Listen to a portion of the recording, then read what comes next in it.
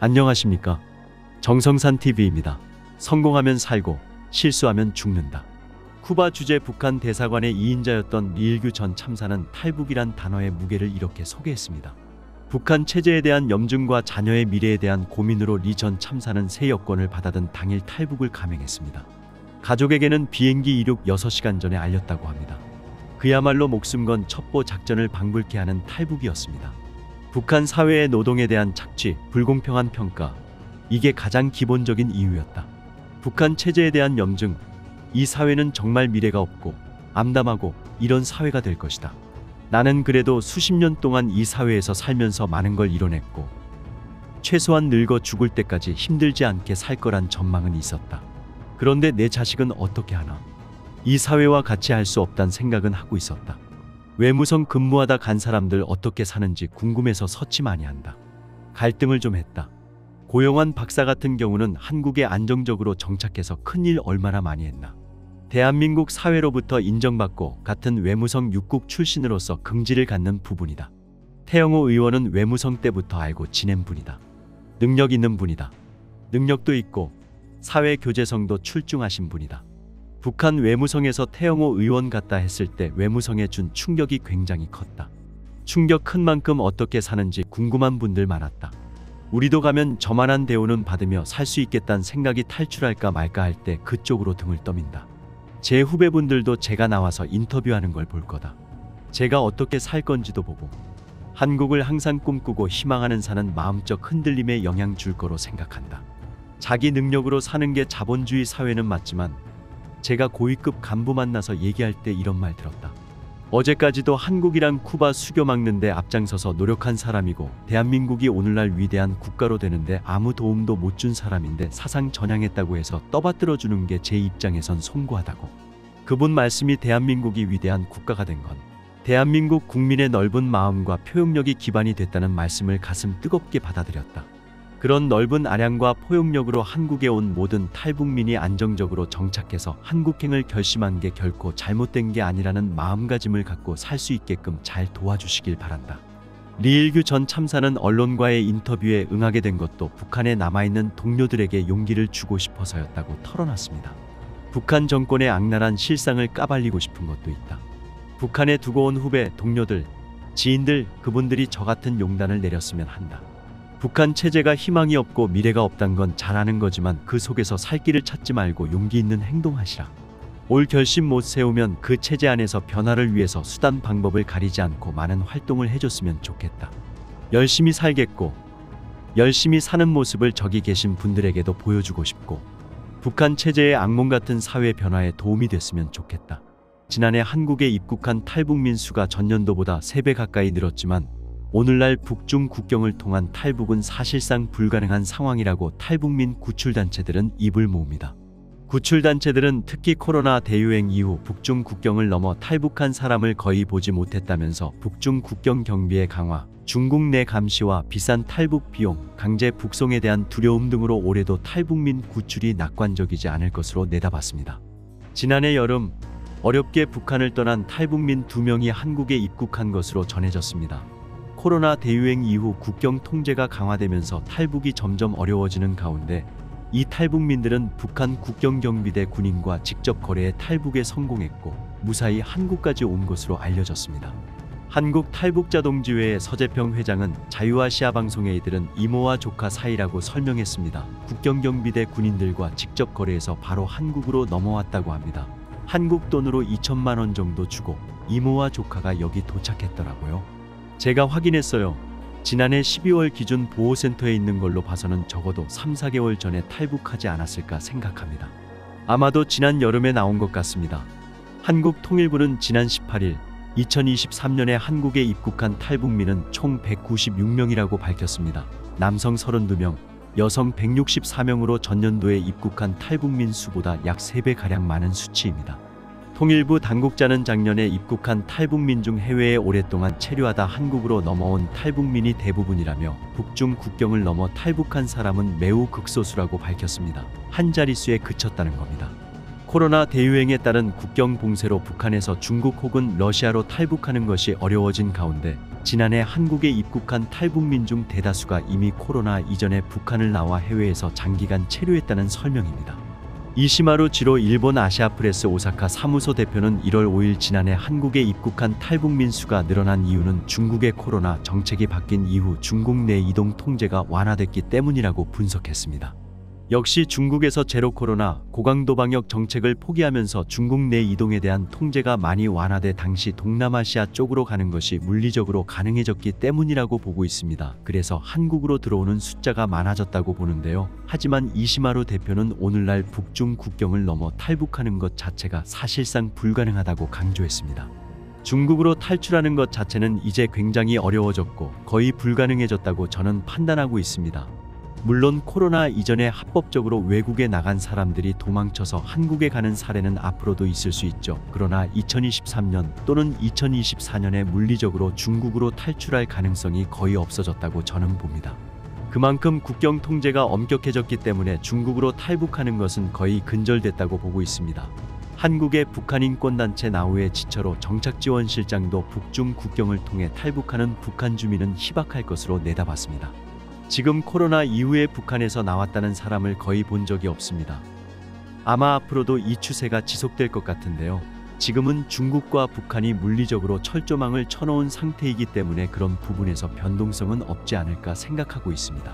서재평 회장도 북한 내에서 탈북을 돕는 활동도 거의 없을 것으로 본다면서 북중 국경이 완전히 개방되지 않은 상태에서 탈북에 성공할 가능성은 매우 낮다고 진단했습니다. 이런 가운데 중국을 비롯한 제3국 내 탈북민들에 대한 구출 활동도 낙관적이지 않습니다. 탈북민 구출 단체들은 올해도 중국 내 감시 강화, 높은 탈북 비용 등으로 탈북민 구출이 쉽지 않을 것으로 전망하고 있습니다. 특히 중국의 감시와 통제 강화가 대표적인 이유인데 국제인권단체인 휴먼라이츠 워치는 최근 발표한 2024 세계인권보고서에서 지난해 중국이 국경에 대한 보안과 감시를 강화한 것이 북한 주민의 탈출과 이동에 큰 장애물이 됐다고 지적했습니다.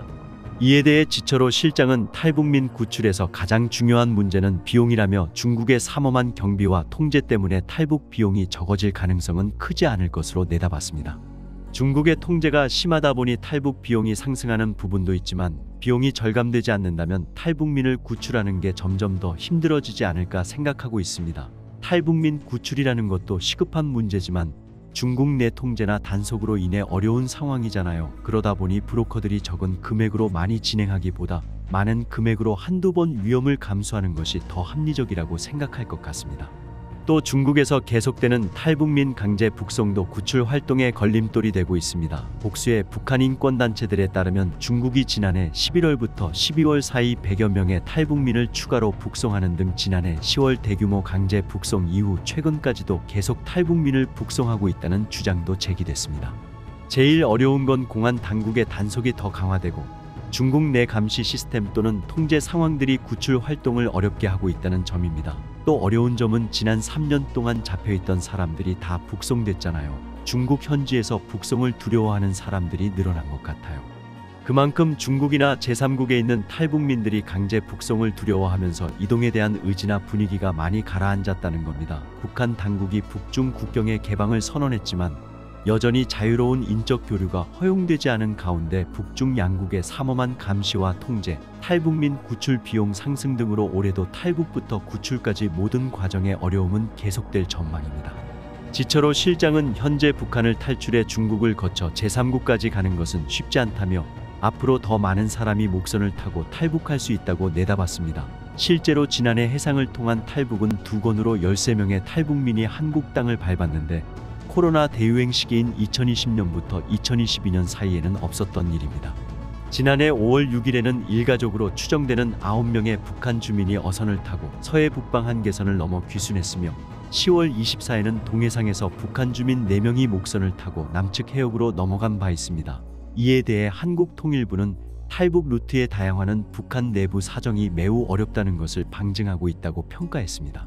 또 통일부는 20, 30대를 뜻하는 이른바 MZ세대의 탈북이 증가 추세에 있다고 분석하고 외교관과 해외주재원, 유학생 등 엘리트 계층이 최근 몇 년 사이 가장 많이 탈북한 것도 특징이라고 덧붙였습니다. 뿐만 아니라 과거에는 식량난 때문에 탈북했다는 비율이 북한 체제가 싫어서 탈북했다는 비율보다 근소하게 높았는데 최근 조사에서는 북한 체제가 싫어서 탈북했다는 비율이 앞선 것도 특징으로 꼽을 수 있다며 이는 북한 내 MZ세대의 인식 변화와 무관치 않다고 통일부는 평가했습니다. 코로나19 팬데믹 기간 국경 차단을 통한 북한 당국의 철저한 정보 통제로 인해 주민들은 외부 사정에 대해 전혀 알지 못하고 있다. 특히 외부 정보의 통로를 차단하는 차원에서 한국이나 일본으로 탈북한 가족이 있는 이들에 대한 탄압이 날로 심해지고 있다고 북한 내부 소식통이 전해왔다. 세상 사람들이 북한 내부의 정보에 목마른 것만큼이나 북한 주민도 외부 정보에 줄여 있다. 북부 지역에 사는 협력자의 보고를 종합하면 북한 당국의 철저한 정보 통제가 주민을 외부 소식으로부터 격리시키는 데 어느 정도 성공했다고 평가할 수 있다. 지금 여기서는 중국이 어떻고 한국이 뭐하고 같은 말을 장마당이나 사람들을 통해서 한마디도 들을 수가 없어요. 오직 듣는다는 게 노동신문, 노동당 기관지를 통해서 중국 경제발전, 팔레스티나 전쟁 상황 같은 것들만 있고 외부 소식을 알 수가 없어요. 탈북자 가족에 대한 통제가 심해지고 있어요. 특히 유언비어를 퍼뜨리거나 중국 전화를 사용하는 행위에 대해서 용서하지 않는다는 방침이고 가족의 탈북으로 이미 죄를 지었으니 나라에 충성하라 요구하고 있어요. 협력자는 당국이 탈북자 가족을 외부 정보를 유입시키는 잠재적 범죄자로 규정하고 그들을 다양한 방식으로 지속적으로 괴롭히는 데다 함정 수사까지 벌이는 등 강한 감시하에 두고 있다며 다음과 같이 설명했다. 수시로 안전국에서 방문하고 임의로 불러서는 조사에서 탈북자 가족이 길을 못 펴고 살아요. 그리고 보위부, 안전국에서 감시원이 고정으로 붙어서 일거일동까지 캐고 중국 전화를 색출하기 위해서 돈 받아주는 사람, 송금 브로커로 가장시켜서 사람도 보내고 그래요.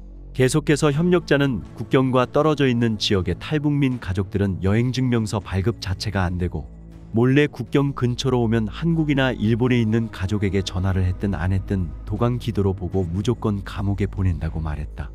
코로나19 팬데믹 사태를 기회로 북한 사회와 주민에 대한 강력한 통제를 확보한 김정은 정권이 자신들의 아킬레스건인 외부 정보 유입을 완벽히 차단하기 위한 주요 타깃으로 탈북민 가족을 지목한 것이라는 분석이 나오는 배경이다. 북한 당국이 주민들에 대한 탈북 통제를 강화하면서 자발적 인신매매로 북한을 탈출하는 경우가 발생하고 있다. 특히 탈북을 시도하다 적발된 주민들을 총살하는 등 인권 유린도 여전히 일어나고 있는 것으로 나타났다. 통일연구원이 탈북민들의 증언을 토대로 23일 발간한 2021 북한 인권백서에 따르면 북한 당국은 탈북자들에 대한 단속을 강화하면서 국경을 감시하는 병사들에게 실탄을 지급하고 월경자 발생 시 현장에서 총살하라는 명령을 하달한 것으로 나타났다. 2019년 탈북한 북한 이탈 주민 A씨는 최근 북한에서 탈북 중 검거된 주민 5명 정도가 총살됐다는 이야기를 들었다고 증언했다.